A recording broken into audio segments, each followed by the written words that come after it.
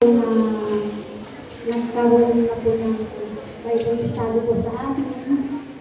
Ganun po, yung sa Puro 7, yung sa amin si Pastor Ron, ang pumunta po sa amin sa Bible. Sabi ko, bakit kaya,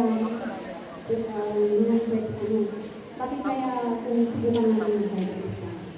Ay, ganun po kami. Nung nag-doon na kami doon, doon namin nakilala ang Panginoon. Doon ko natin ko, ito na talagang marami na siyang pagbabago nito po sa amin ng Panginoon. Yung pagkakanap namin sa buhay namin. Lalo-lalo na po sa buhay ng ating mga. Itong pangalan ko, itong siya, dati po hindi po yung makikita ng ihalulilo ko sa karamihan ng mga tao. Yung sa harap ko na buwan kasi sobrang nangyari po. Ganun po yung video ko. Pero thanks God po, nandiyan po ang kanyang mga pagkakas po sa kanila. Yun nga po, naalala ko mga po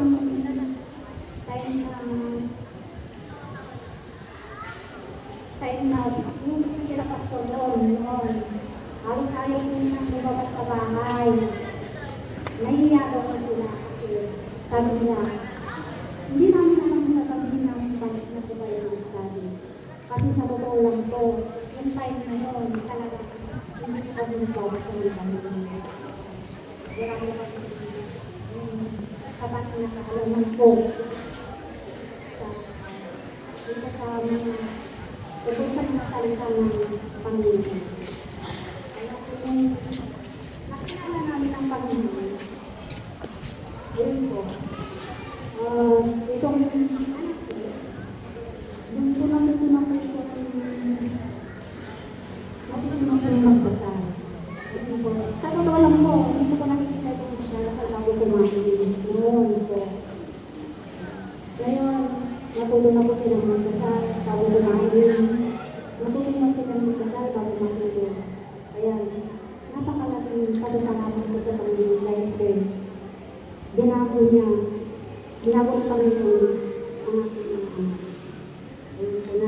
Nandyan po siya ng kagawad. Ganun din po sa aming mga asawa. Ano po, natutulog po kasi na pag may problema po kami, naging talagang nag-aaway kami. Natutunan kami na naging magpakumbaba. Kaya yun po, marami na pong nabago talaga ng Panginoon sa amin. Saka, yun po sa mga blessings po, pag talagang may problema ka po, through prayers po, pag nanalangin ko talaga sa Panginoon, sa Kanya mo lang po idulog yung mga pangangailangan mo. Talagang hindi ibigay po ng ating Panginoon. Yun po. Thank you, God. To God be all the glory.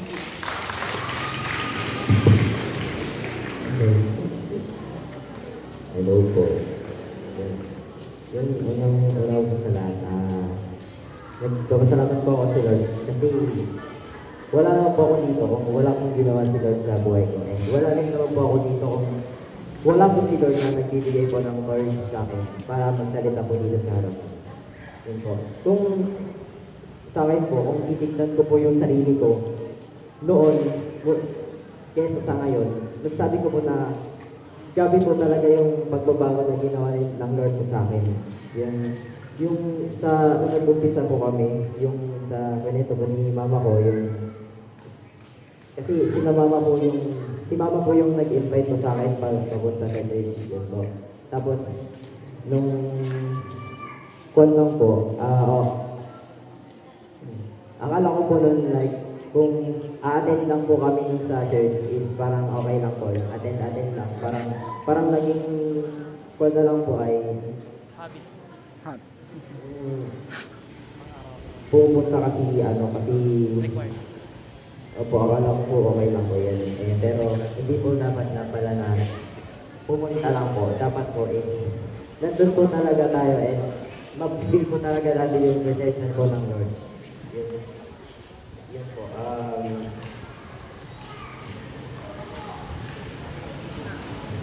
Sorry po, may nakasal. Yung sa umpisa po kasi nun,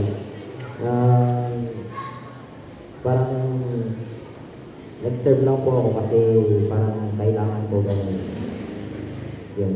And doon na rin po, nung may mga times din po na parang tinamad na rin po ako mag-church kasi kasi wala rin naman po din kami ginagawa po nila. Yun po, ganun po yung naisip ko nun. Pero nung mga nun, may mga linggo po na hindi kami nakapag-church. Okay. Dapat every Saturday po, yun yung sinasabi na may mama, yung pupunta po sila pastoral po doon. Yan, yung Bible study po. Yung taling po sila sa 13 ko nun eh. Kaya po, pero nahiya po ako sobra kasi wala na po ako nasabi. Yun. Yun po. Pero habang sa patagal po, napag-serve ko kayo doon, doon po lumalalim yung relationship ko kay Lord po. Yun po. Habang sa loob din ako ng mga ministry ko, yung lalo na po sa worship team. Yun, nakita ko po kung paano ako tinuturuan po ni Lord ng yung disiplina po ay maging depende po sa Kanya. Ako po kasi nung simula po akong sa worship team po, parang nakarely lang po ako sa skills ko po, yun sa galing ko po, yun. Pero ngayon po, hindi ko na po ma-imagine na ginagawa yan ng hindi mo na nag-pray, hindi mo nakakausapin si Lord bago mag-tugtog yun, ganun po. Kaya, natutunan ko po na hindi lang po na basta tumugtog or kumanta po. Natutunan ko rin po na yung i-surrender po talaga yung puso kay Lord and mag-worship po sa Kanya. And sa thank you din po kay Lord sa family ko po, yan sila mama, si papa na dyan po laging kasuporta po sa amin ng kapatid ko. Yun. Mas lalo po kami napalamit kay Lord nung sarili po kami nag-sing na Lord. And sa mga pastors po, yung gagawin po yung role po ng mga ating mga pastors po sa sila po yung mga nag-first rin po sa akin na mapalapit din po kay Lord. Sila po yung mga ginamit ni Lord upang mapalapit po kay Lord. Yeah. And po, sa worship team, yun po, honestly, siguro po kung hindi po ako nasama din sa worship team, I mean, dahil po sa worship team, doon po yung mas lumalim din po yung walk po with Lord po, yung relationship with Lord. Dahil Kinakabahan talaga. Kinakabahan. being part of a team po na doon ay lead as mga tao sa presence ni God, it changes you, it changes us. Natutunan ko rin pong magtrabaho with different personalities, maging patient and mag-encourage kahit pagod na. Kasi it's not just about music po, kasi it's about ministry and about people and about loving God together po as a team, as a worship leader. And siyempre po, thank you din po kayo sa mga challenges po na dumarating po sa buhay po namin, both personal and sa ministry po. Malaki po ng impact po. May mga times po na parang gusto ko na pong mag-give up kasi may mga problems po na akala ko wala pong solusyon. Then, magulat na lang po, andyan po si Lord na bibigyan ka ng way, bibigyan ka po ng solution. Yan po.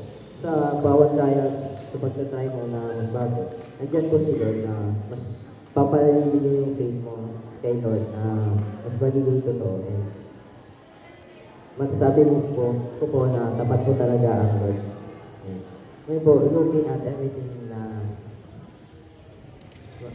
yun po, mga nangyari ko sa buhay ko, nasabi ko po na napapalapit na po ako kay Lord. Malapit na po ako kay Lord. Pero, yung pagiging faithful po ng Lord sa akin, yung bilang comforter din po, yun. Hindi lang po siya yung si God po is naging center din po ng life ko po yun. Kung dati, akala ko po, kaya ko lang mag-isa kasi dati parang kilala ko lang po si Lord noon. Kaya akala ko okay lang po. Kaya ko lang po mag-isa ganun po. Pero ngayon, alam ko po na kung wala si Lord, wala ako po. Ay, parang wala pong kahit ano. Kung dati po, nag-serve ako dahil parang kailangan lang po. Ngayon, nag-serve po ako kasi mahal ko ang Lord. Nasa Lord na po ang puso mo. Kung dati, akala ko na okay lang po yung buhay ko. Kaya nakikita ko muna po na si God is marami na pong nagawa at marami ko pong magagawa sa buhay ko. Kaya kapag ganoon po pala, pag sinaya po natin na si Lord ang gumalaw po sa buhay natin, hindi lang po niya ayusin yung sitwasyon na meron sa atin, kundi babaguhin niya rin po yung puso natin. At kung yung puso po na ay nabago na ni Lord, puso natin ay nabago na ni Lord, magsusunod-sunod na po yun. Kaya sobrang pasasalamat ko po kay Lord dahil nakilala ko po siya sa mga salamat din po kay Lord sa mga buhay ng mga tao na ginamit niya po para mas makilala ko po sila. Kaya, ayun po. Sa Diyos po ang papuri at to God be all the glory po.